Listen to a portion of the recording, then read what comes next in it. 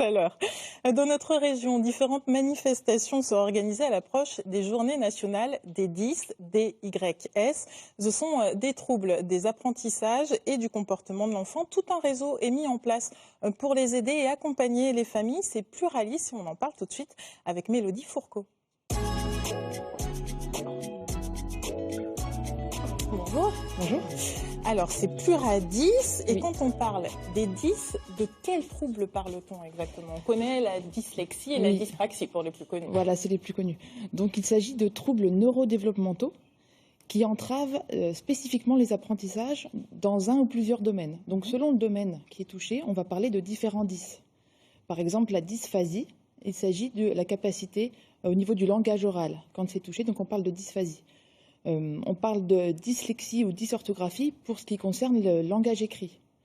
On parle de dyspraxie quand il s'agit de se repérer dans l'espace, de coordonner ses mouvements.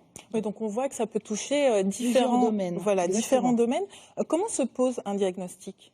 Alors, un diagnostic, ça doit être pluridisciplinaire. Ce qui est très important de préciser, c'est que ces troubles neurodéveloppementaux se retrouvent chez des enfants qui ont par ailleurs une intelligence normale et pas de problèmes sensoriels au niveau de la vue ou de l'ouïe qui pourraient expliquer ces soucis.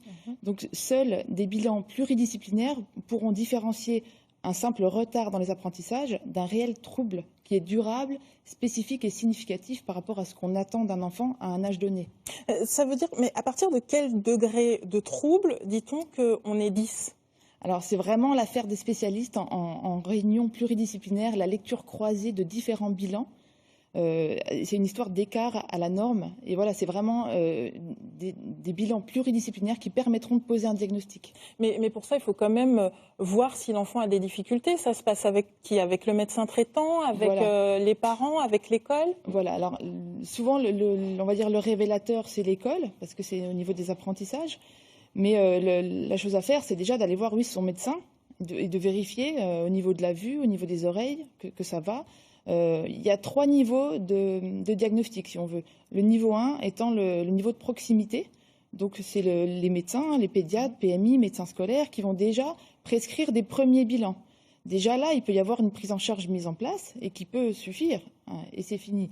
Ensuite, si c'est on va dire que les rééducations, les prises en charge ne suffisent pas, que les troubles persistent, on peut faire appel à ce qu'on appelle un niveau 2. Donc Pluradis, par exemple, est un réseau de santé en niveau 2.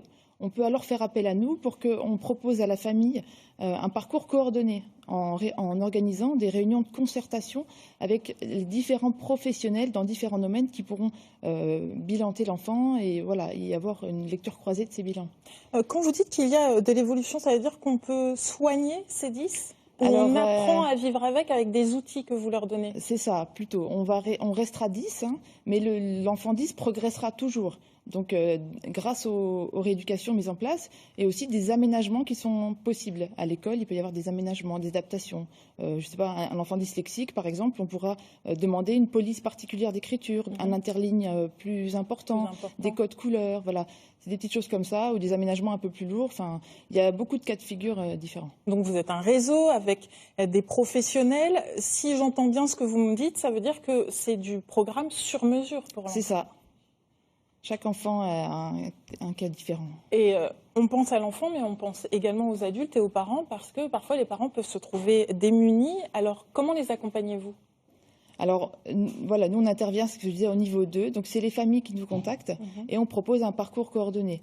Ensuite, on essaye au maximum de former le plus possible les différents professionnels, les enseignants, on a une convention avec le rectorat, pour les former à faire attention à ces signes d'appel pour ensuite prescrire des bilans.